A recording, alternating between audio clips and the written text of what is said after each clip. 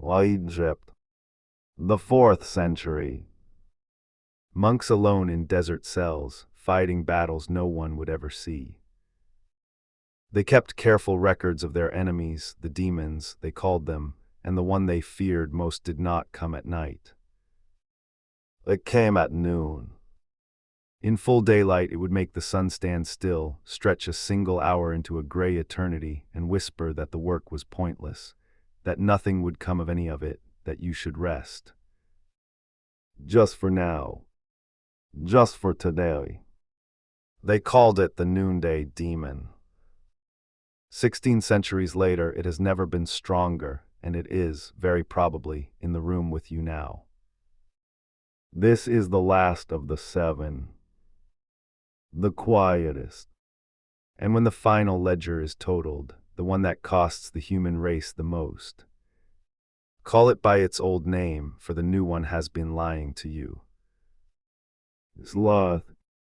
You hear laziness, a body on a couch. That is the mistranslation. The Desert Fathers called it acedia, the soul gone idle. Not the refusal to work, the refusal to become. Understand this, and the sin changes shape before your eyes. A man can work 80 hours a week and be drowning in sloth if the busyness is where he hides from his actual life. It is not the absence of motion. It is the absence of direction. The other 6 sins want something: gold, flesh, the throne, the feast. Sloth wants nothing. And that is what makes it the most fatal. You cannot bargain with a vacuum. Its masks are the gentlest of all and the hardest to refuse. It calls itself rest. But rest ends, and this does not. It calls itself self-care, the sacred word no one may question. It calls itself waiting. For motivation.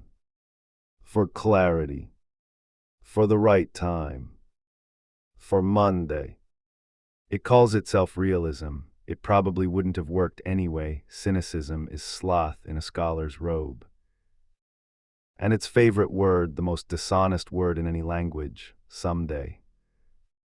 Here is the tell, and it never fails. Real rest returns you hungry for the work. The counterfeit returns you, more tired than it found you, and asking for another dose. Stand in the monk's cell at noon and watch the enemy operate. The hours crawl. The walls leans closer. And suddenly everything is urgent except the one thing. The cell needs sweeping. A brother needs visiting. A letter needs writing. The day is too hot for prayer, the evening will be better, tomorrow certainly. Recognize him. He has learned new tricks since the desert, the phone checked 40 times, the kitchen visited without hunger, the small administration of nothing performed with great seriousness. But the signature is unchanged, 1,000 small motions deployed against one real one. Sloth's favorite disguise was never the couch. It is the busy detour. The Russians wrote this sin an entire novel and named it after its keeper. Oblomov. A nobleman, intelligent, warm, full of feeling, full of plans, who takes 150 pages to get out of bed. He dreams magnificently. Reforms for his estate. Journeys. A better self. And does nothing. Beautifully, gently, year after year, nothing. Even love finds him, a woman who sees everything he could be, and even love cannot compete with the dressing gown. He dies softly in rented rooms, mourned by people who all said the same unbearable sentence, such promise. The book gave the world a diagnosis, Oblomovism. You are in no danger from his bed, perhaps. But his dressing gown comes in many fabrics now. Some of them glow. And the oldest warning of all, told by the teacher in Galilee. A master departing on a journey entrusts his wealth to 3 servants. To one 5 talents, to another 2, to the third 1. 2 of them trade and risk and double what they were given. The third digs a hole in the ground and buries his. I was afraid, he explains, when the master returns. So I kept it safe. Here you have what is yours. And he alone is condemned. Not the spenders. Not the riskers. Him. Mark this with care. Of every figure in that story, the man who buried the gift is the only one called wicked. Not for theft. Not for waste. For nothing. Heaven, it seems, can forgive a bad trade sooner than an unopened gift. Understand why the quietest sin outranks the loud ones. Wrath takes your evening. Lust takes your judgment. Greed takes your attention, pride your sight, envy your peace. But sloth takes the raw material itself. Time. And time is not a thing you have. Time is the thing you are. A life is just time wearing a name.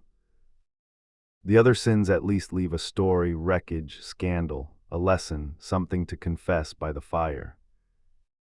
Sloth leaves a blank page. It is the only sin whose monument is the absence of one. No explosion. No betrayal. Nothing to point to. Murdered by waiting. Now consider your age, the most comfortable civilization ever constructed. Every friction engineered away. Food arrives. Entertainment streams. The temperature is perfect, and the algorithm knows what you like. And comfort past a certain threshold is a sedative. An entire industry of infinite distraction stands ready to make the waiting pleasant.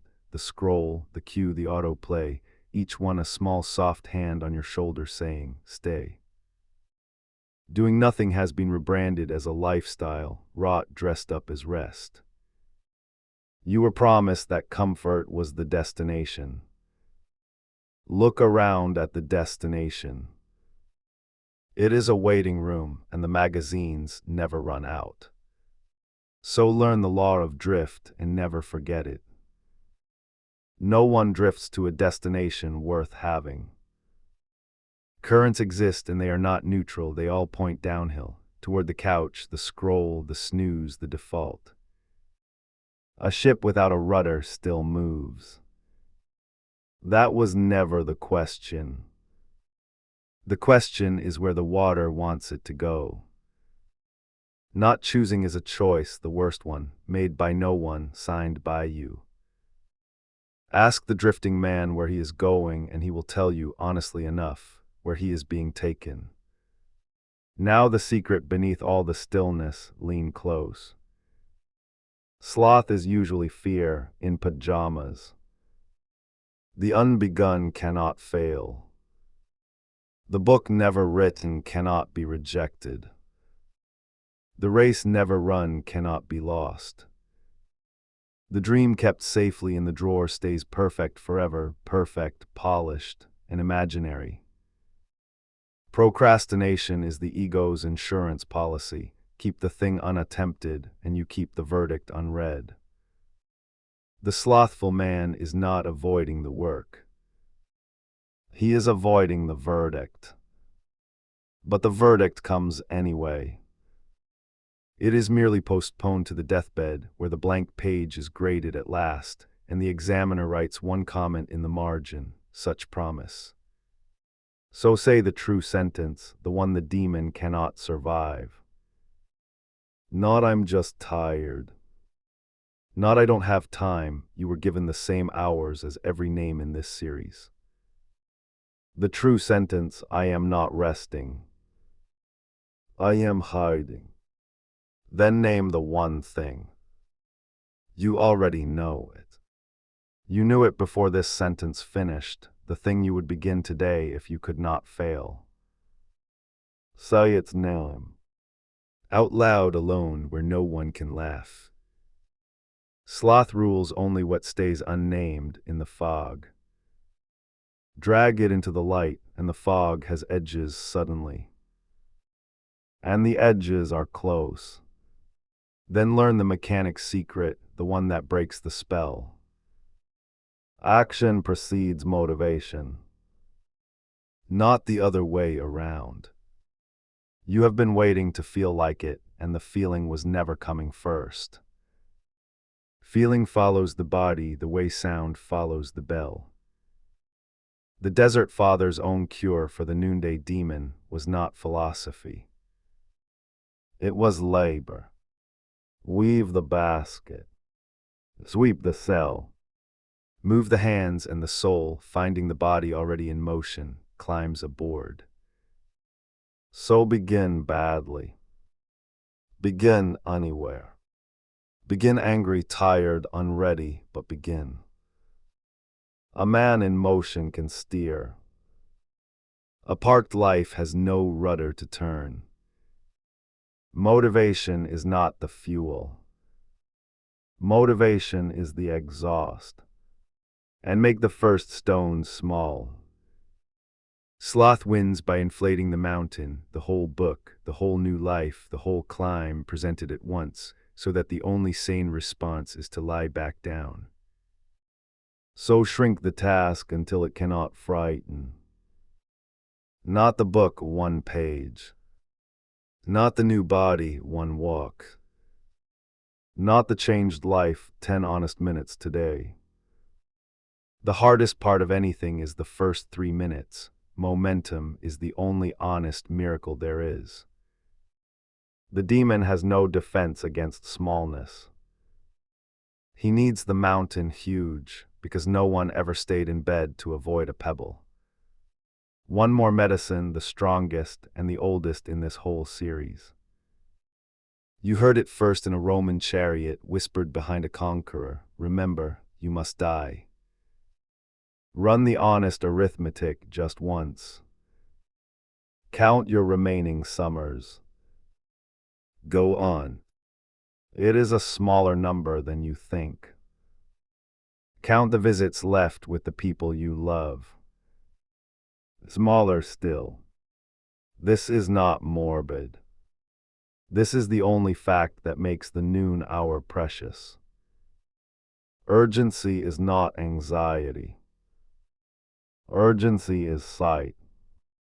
The man who knows the clock is running does not need motivation. He needs only to look at the number. Death is the deadline that makes the whole assignment real. Return at the end to the desert cell at noon. The old monks recorded one final thing about their demon, the thing that drives him out. Not comfort. Not distraction. Not even rest. Purpose. He cannot stand the sight of a man in motion toward something. He flees the swept cell, the open book, the moving hands, the named task. The cure was never more rest. You have rested. You have rested for years. The cure is wanting something enough to move today, badly, small, but to move. The demon comes at noon. Be busy when he arrives. And now you have met all 7. Pride that falls from its own height. Greed that starves at a full table. Lust that burns the house for warmth. Gluttony that devours its keeper. Wrath that hands your hands to your enemy. Sloth that buries the gift. And envy, the one that began this series, that drinks the poison itself and waits for the other man to die. 7 banners. 1 army. and a single general behind them all, the unexamined self. They are not strangers, and they are not history.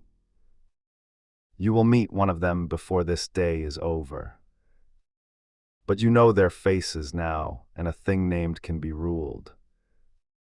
Begin the series again whenever you are ready. Start with envy. You will not watch it with the same eyes. The 7 are patient. Be more patient still.